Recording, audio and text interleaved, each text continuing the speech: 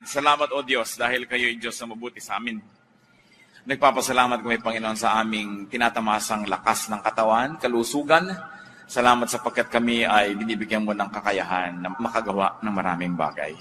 Salamat sa maraming mga opportunities, O God, to enjoy life, to have happiness, and even to have pleasures in this life that are not against your will, O God.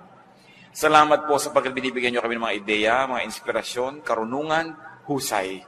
Napakarami namin dami ipagpasalamat sa iyo, O Diyos. Salamat po sa kaligtasan ng aming kaluluwa. Salamat po sa pag-iingat niyo sa amin laban sa masasamang tao at masasamang espiritu. Pagpalain mo ang bawat salita na nagmumula sa Biblia, Panginoon, na aming pagbubulay-bulayan. Paramihin mo ang hiwaga at kapangyarihan nito sa aming buhay, maging lakas ng aming espiritu at maging ng aming lupang katawan. So, Father, may you give us wisdom to put into practice your wisdom that we will hear. Be the speaker. We are confident that you hear this prayer as we ask in the name of Jesus Christ, our Lord, our Savior, and our friend. Ang buhay po na ito, napakaraming dapat gawin. Napakaraming dapat na tungkulin na magampanan. Napakaraming dapat na sakripisyong dapat harapin. At marami rin mga kasiyahan na dapat malasap. There is so much to do and enjoy in this life. Therefore, life is meant to be long.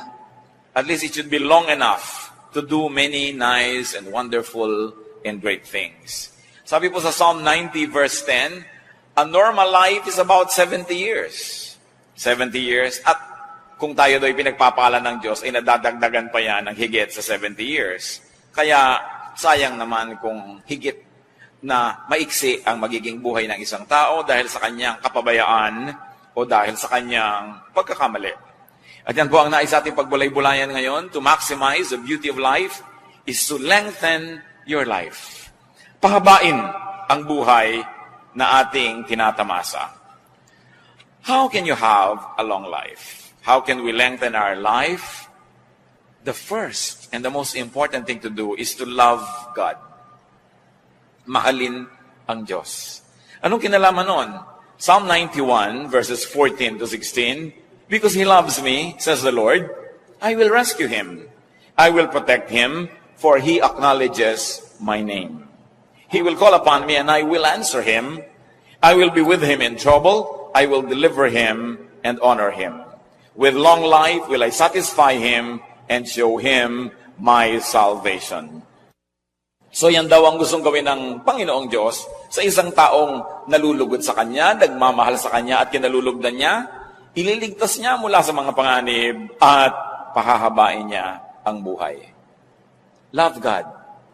Who you love can lengthen or shorten your life. Napakahalaga yan na ating namnamin. Kung sino ang minamahal natin ay pwede magpahaba o magpaiksi ng buhay natin. And when we add, whatever you love can lengthen or shorten your life. Ano bang ating hilig sa buhay? Ano bang gusto natin mga libangan, hobbies? Ano bang ating uri ng pamumuhay, ng lifestyle? Yan yung nakakapagpahaba at nakakapagpaiksi. Magamat, ang itinakda ng Panginoon ay isang buhay na mapayapa, mahaba at mabunga para sa lahat, pero tayong tao ay binigyan niya ng free will. Kaya meron tayong participation kung umiiksi o humahaba ang ating buhay. Kaya dapat may ginagawa tayong tama. At una dyan, love God. Then obey God's teachings and commands. Isang napakalakas magpahaba ng buhay, yung masunurin.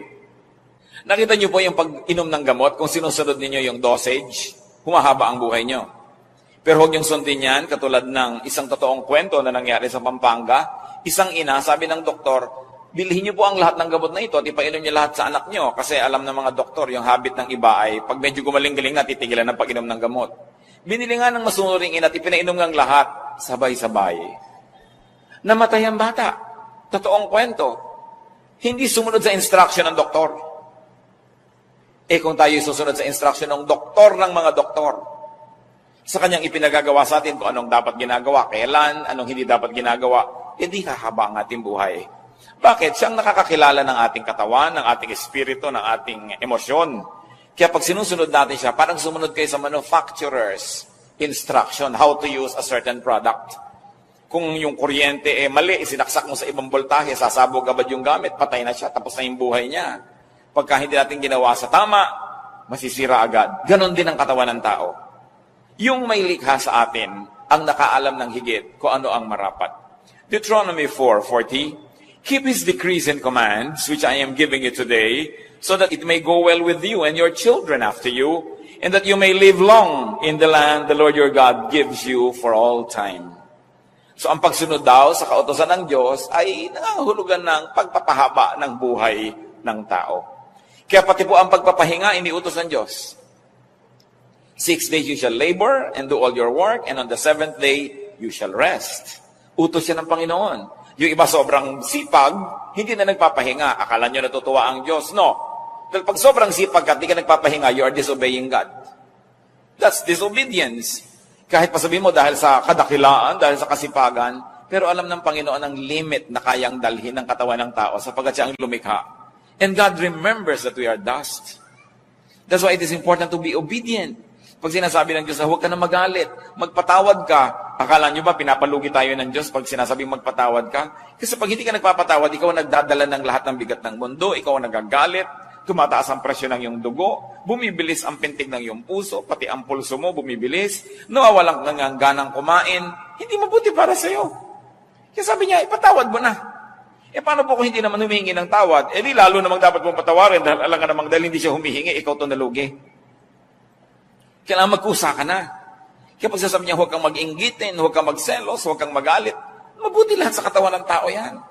Kaya ang sumusunod sa Panginoon, nagkakaroon agad ng advantage over the others. Meron na tayo agad na pampahaba ng buhay. God's words, ang salita ng Panginoon ay manual. It's a manual to life. It's a manual in life. And it's important to respect the wishes and the design of God, our Maker. How to have a long life? Please God. With what you ask for. Katulad ni Solomon. Sabi ng Panginoong Diyos, o sige, gagawin kitang hari, kahit anong hilingin mo, ibibigay ko sa iyo para magkaroon ka ng lakas para maging hari. Ano ba yun? 1 Kings 3:11-14. So God said to Solomon, since you have asked for this, and not for long life or wealth for yourself, nor have asked for the death of your enemies, but for discernment in administering justice, I will do what you have asked. I will give you a wise and discerning heart, so that there will never have been anyone like you, nor will there ever be.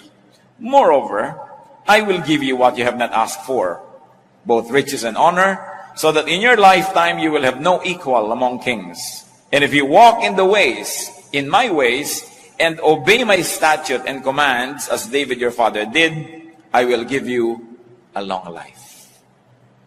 Natuwa ang Diyos dahil humingi si Solomon ng wisdom instead of kung ano-ano.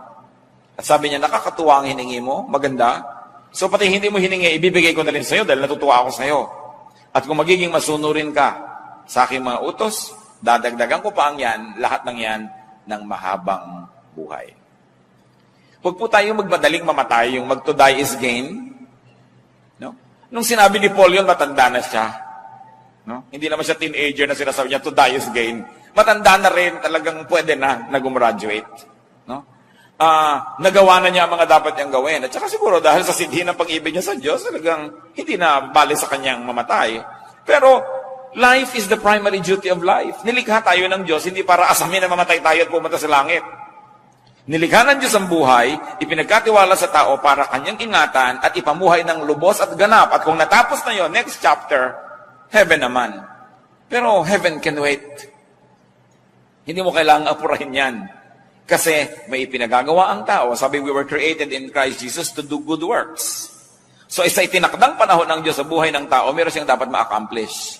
Kaya hindi niya dapat asamin na gumraduate agad dahil meron siyang pwedeng magawa na dito lang sa lupa pwedeng gawin at hindi na sa kabilang buhay. So Proverbs 2:16, long life is her right hand, meaning wisdom's right hand.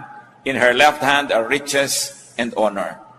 So ito ang kalooban ng Diyos sa tao. Long life, riches, honor. Hindi short life, hindi poverty, hindi dishonor.